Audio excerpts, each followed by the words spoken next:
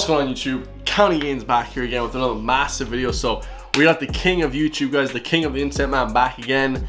Tate's #1 fan, Mr. County Gains, Andrew Tate, guys. So obviously he's back on Piers Morgan because the last one got like 8 million views. It's his highest viewed video ever.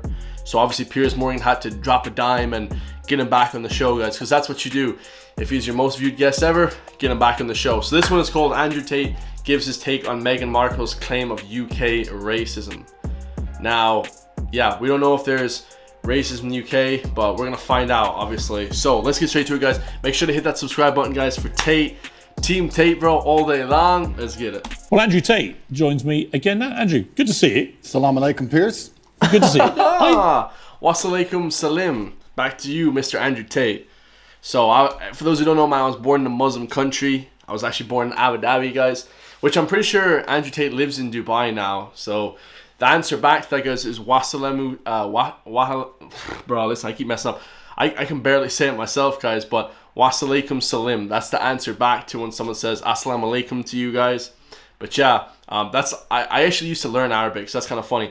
But Andrew Tate turned to, now he is a Muslim, guys. So he's obviously living in a Muslim country and stuff like that. So yeah, pretty cool, guys.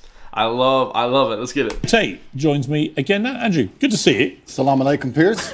Good to see you. I've genuinely been amazed by the reaction I've had in the streets. Not just here, but I went to Qatar for the World Cup, had the same thing there. A lot of people coming up about Cristiano Ronaldo, obviously, but also a lot of people coming up about you. And they were almost exclusively men, young men, who genuinely see you as a role model, as somebody who inspires them, as somebody they want to be like. Yeah. So that made me think, the first interview you had was quite combative, the second time a shorter interview less so. I want to try and work out in this one who you are, because it struck me as extraordinary that Google this week revealed some stats for the year. The #1 person whose name followed people Google searching who is in 2022 was Andrew Tate. Holy hell. I knew it though, guys. He kept saying it that the #1 person was him. You know, that's crazy. Above Trump, above everybody. Yeah, that's quite remarkable. I think there's a whole swath of the population, especially young men, that feel disenfranchised. They feel disenfranchised with the media machine and the things they're supposed to believe. They don't feel an affinity with the educational systems or the culture. And they look at a person like me who stands up and says the things that many young men think.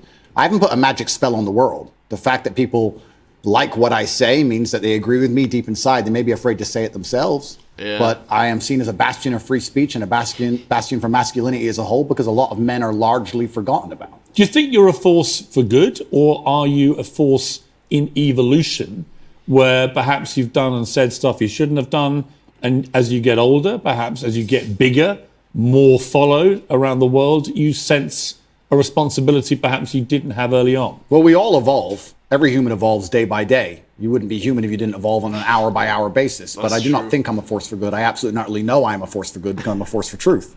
And truth is a good thing. Without truth, we're going to end up in absolute tyranny and slavery, and we're already on our way there.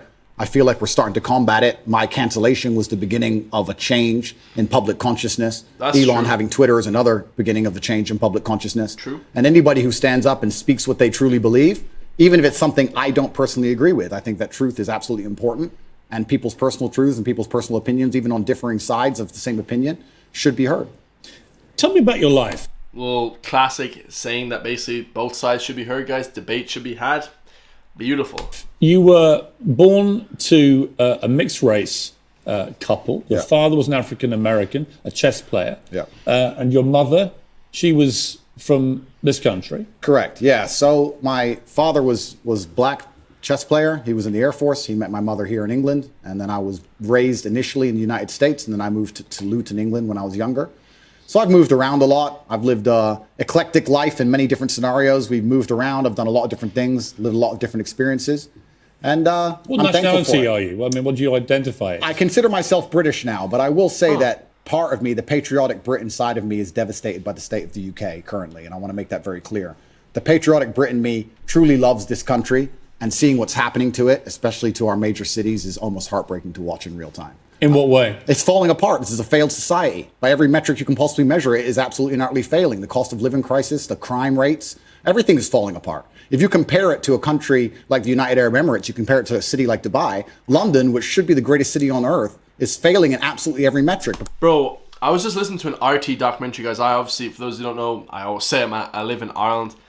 And like, for those who don't know, like, they did a documentary on RT, which is a national broadcaster in Ireland, basically saying that all the immigrants that used to go to England, that like most of our immigrants are not going to England anymore, guys. The immigration to England is the lowest for Irish immigrants it's ever been in the history of ever, guys. All the immigrants are going to United Arab Emirates, Dubai, which is amazing, guys. I actually kind of want to go back there. I'm never going to leave Ireland, though, guys. I always say I'm never going to leave Ireland. They're going to Canada. They're going to Australia. They're going to the US. Why would you want to go to shitty England? Like, no offense. It's just like a shit place to live. Crime rates through the roof. You know what I'm saying? Weather shit, like all this stuff. So why would you want to live there when you could live in the UAE? Imagine someone saying to you, would you like to live in Dubai or London? Bro, I'd be like, dude, I'm not going anywhere near London, man. Forget about that. To a city like Dubai, London, which should be the greatest city on earth, is failing in absolutely every metric because our leadership is a joke. If you look at Dubai and the UAE, the leadership there is so flawless, so genuinely genius. They saw ahead and have built almost a utopia. And then you look at London, you can't even walk around with a watch on. It's disgusting. You know, it's very interesting. I was in Qatar for the World Cup. Obviously, a lot of people in England taking a very censorious moral view about the World Cup being in the Middle East at all because of their laws against homosexuality, because of their treatment of migrant workers. I've got to say, not that I don't share the concerns about those things, of course I do, but I found a lot of the virtue signalling, and I think that's what it was in many cases, about the whole region actually quite distasteful. Because when I was in Qatar, I thought the World Cup was fantastically well run, incredibly good experience.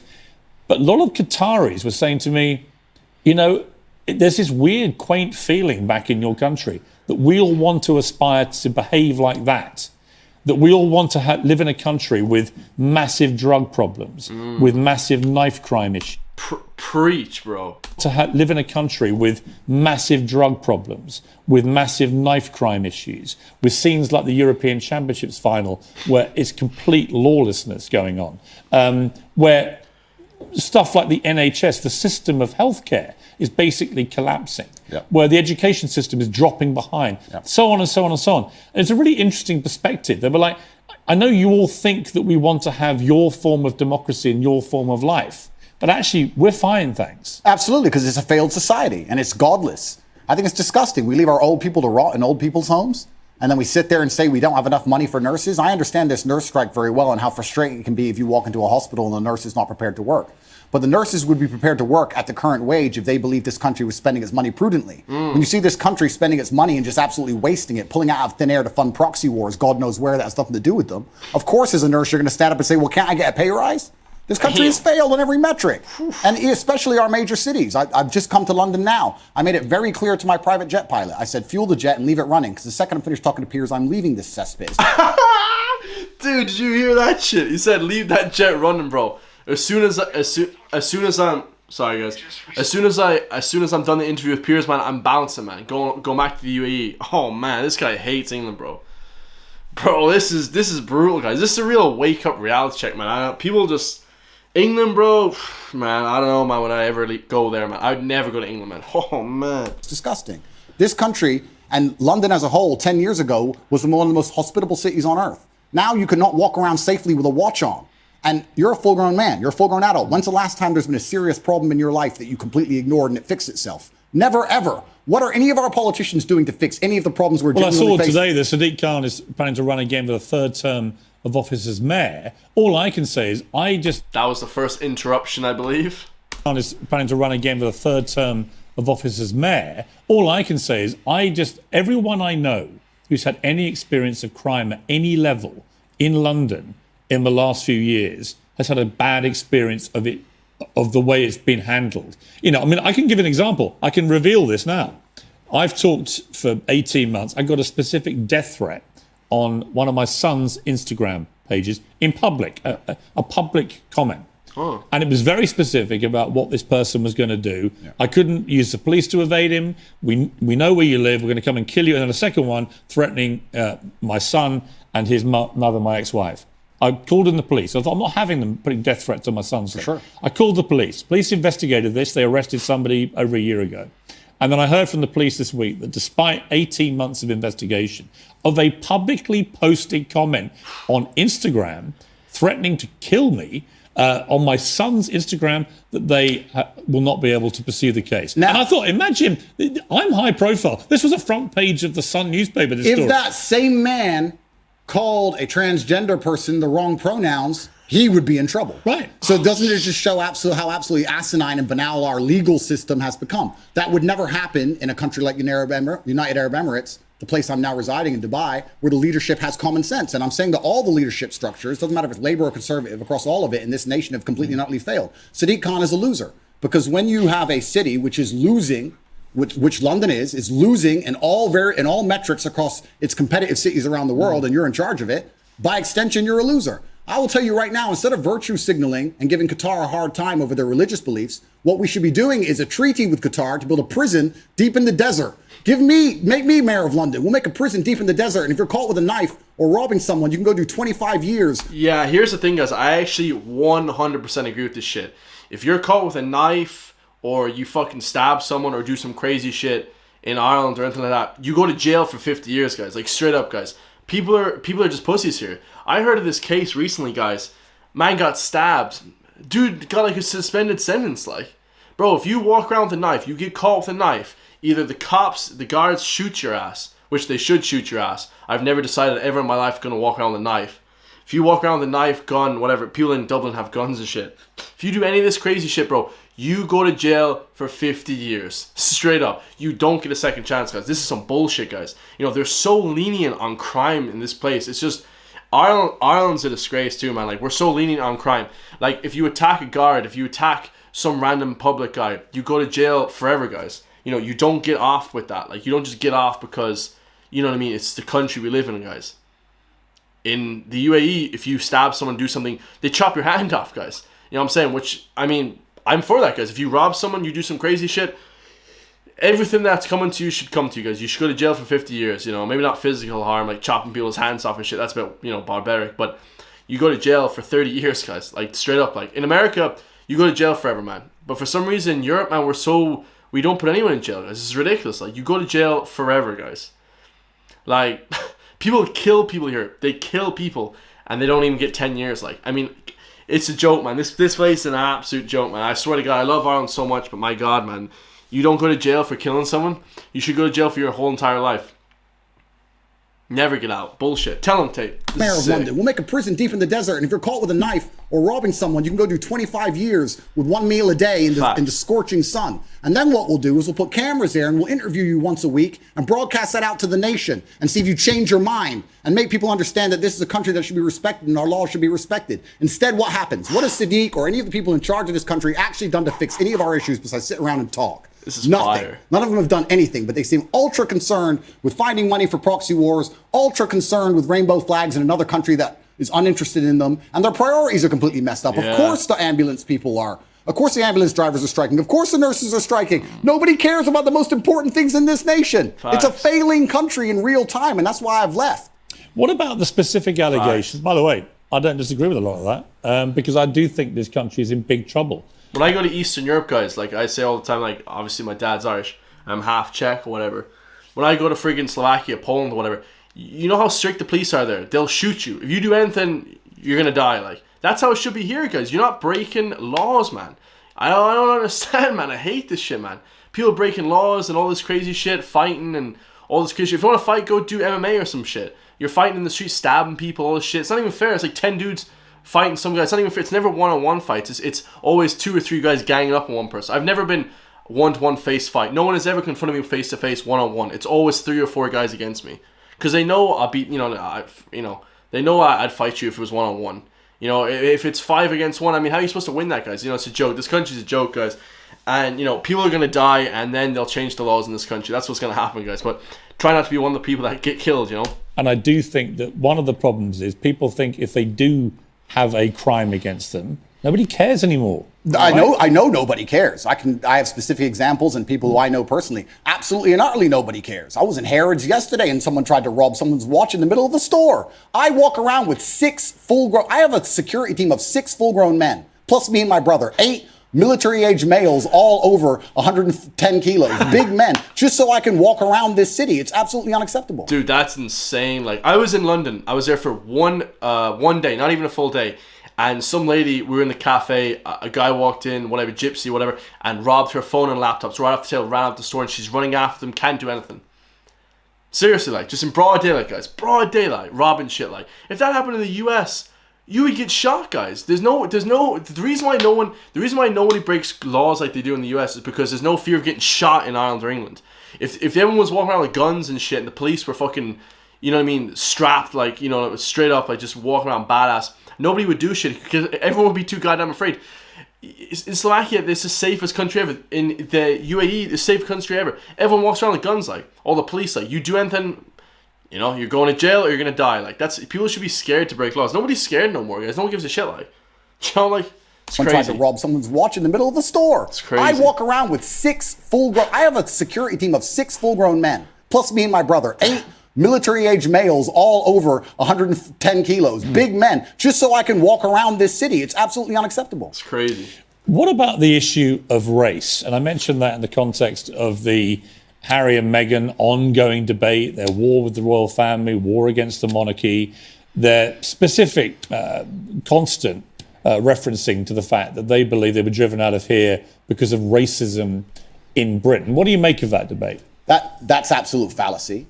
And you're from a mixed race background yourself. Correct. I'm from a mixed race background myself. And while we're discussing the leaders of the UK, although I do think they're doing a terrible job, it's kind of hard for Meghan to say that the UK is a racist country when the leader of the UK is darker skinned than her and the mayor of London is darker skinned than her. And I am a person who's probably darker skinned than her, and I've never experienced any kind of bigotry against myself besides the fact I'm a straight male. I'll get bigotry for that before I'll get bigotry for my skin color. Oh, shit. Bro, this man is just, dude, Tate just going up. Man, this man be spitting facts, man. A lot of guys on the internet, and I hear them talk on the internet podcasts and like, oh, I don't like Andrew Tate because they're afraid their chick's gonna break up with them. I mean, just beta male pussies, guys. I say whatever the fuck I want. My chick breaks up with me. So what, guys? You get a new fucking chick. You guys are just such pussies. You're afraid to say Tate is awesome, like, straight up, like, it's just how it is, guys. Everyone is like that. They're afraid to say, oh, Tate's sick. He's spitting facts here. Because people are afraid that they're going to lose some women or something over it. Such pussy. Bro, let me tell you something, guys. Nowadays, like, oh, man, bro. Shit's just gone weird, bro. I think it's just a cop-out and her not wanting to be perspicacious and self-reflective enough to understand that she has attacked an age-old institution, and there are people who are very patriotic about that institution. And by attacking it and bringing a degree of distaste to it, there's going to be people who don't like her. And if you're a dislikable person, you can't just instantly stand up and say it's because of my skin color. It might be because of your actions and some of the things you've said. I mean, I think there's probably no doubt she's had racism on social media because it's... Who hasn't, Piers? It's assessed. You probably have. Well, as I said just now, I've had death threats on social media and no one seemed to care very much. Yeah. But I think that's probably inarguable. My issue with what they've both been doing is if you're going to make allegations against an institution like the royal family and the monarchy, you've got to actually provide some evidence. You can't just spray gun this. Oh, no. Nowadays, guys, if you accuse them of doing something, which is obviously lies, you don't need evidence for it, guys. You just need 2 or 3 guys saying it. Bare fact. I mean, so dumb as fuck, man. People are nowadays dumb as fuck. You say one thing. If I get a big enough following, I'm just going to start calling out random people. 200,000 followers, 2 million followers. I start calling out, random people on the internet or people I used to know, saying this guy did this guy did this.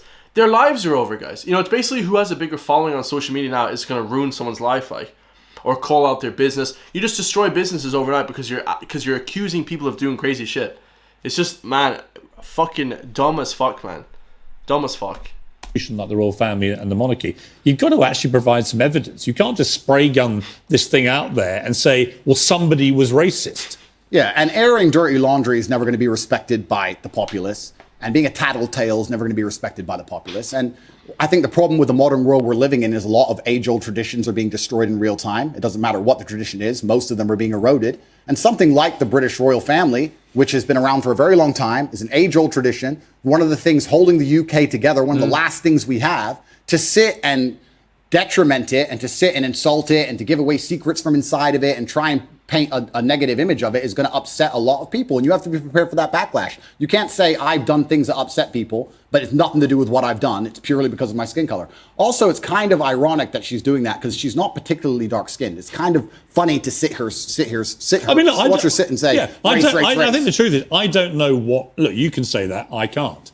The reality of it is, I just don't know what the specifics of the racism she says she's had because we've not seen any evidence. The universe is a funny place, Piers. If you're looking for something, you're going to find it, right? When I got canceled, when they attacked me unfairly, lied about me across the entire mainstream media, deleted me from social media so I couldn't defend myself, and lied about me repeatedly, I could have stood up and said, it's because I'm brown. I didn't do that. I sat and said, okay, there's people who misunderstand my message. My message is a positive one. People misunderstand me. Let me self-reflect and understand that, yes, perhaps this said a long time ago was said in the wrong way. Perhaps this was misunderstood. Perhaps people don't understand this. I could have just copped out and could have just been refusing to self-reflect on any level and said, it's because I'm brown, that's why they did it. True. But that's not the mature way to be as an adult. What did you think of the Jeremy Clarkson furore where he wrote what I think most people, but including him belatedly after he'd published it and written the column, he did make an analogy from a Game of Thrones scene, which most people, I think, did find crossed a line and was deeply offensive. I think it crossed a line. What do you think? Yeah, I understand why people feel that. But when you attack an institution as old as the British royal family, you're attacking patriotism in and of itself for one of the most respected countries, or previously most respected countries on earth, and you're going to have some visceral reactions. Perhaps Jeremy Clarkson is too famous and too well-renowned to say those kind of things, but there's a lot of people who genuinely feel that way, and that's why he said it. And this is what happens when you attack age-old institutions in any country. Should he have apologized? That's a good question. It looks like he did. Personally, I think as a man, you should stand up, say what you mean what you say. I don't think you should ever apologize for anything you've ever said. Even me. What if you say something truly very offensive and you actually do regret it? If you truly regret it, then yeah, okay, you can apologize. But if at the time you meant it, then the best thing you can do is say, look, I've just changed my mind. I no longer feel that way. But at the time, that's how I felt. And I'm the person who says what he feels. And that's what I felt at the time. And I apologize that offended you. Yeah, that's a good point. Guys, he has a full interview coming very, very soon. I think it's on Friday. So I'm going to do a reaction to that full podcast that he does with Piers Morgan again. Obviously, like I said, it's the #1 podcast on Piers Morgan Uncensored, guys. You know what I'm saying? It has, right now, it's sitting at 7.7 million views, so an absolute absurd amount of views. It's his biggest by about 2 million views, so absolutely crazy, guys. Tell me what you guys think in the comments down below. If there's any British people watching this, man, tell me what you guys think of London, what you guys think of your country. Do you still love it, man, or do you guys, have a lot of resentment towards it? I love you guys all, man. I'll see you guys in the next one. Peace.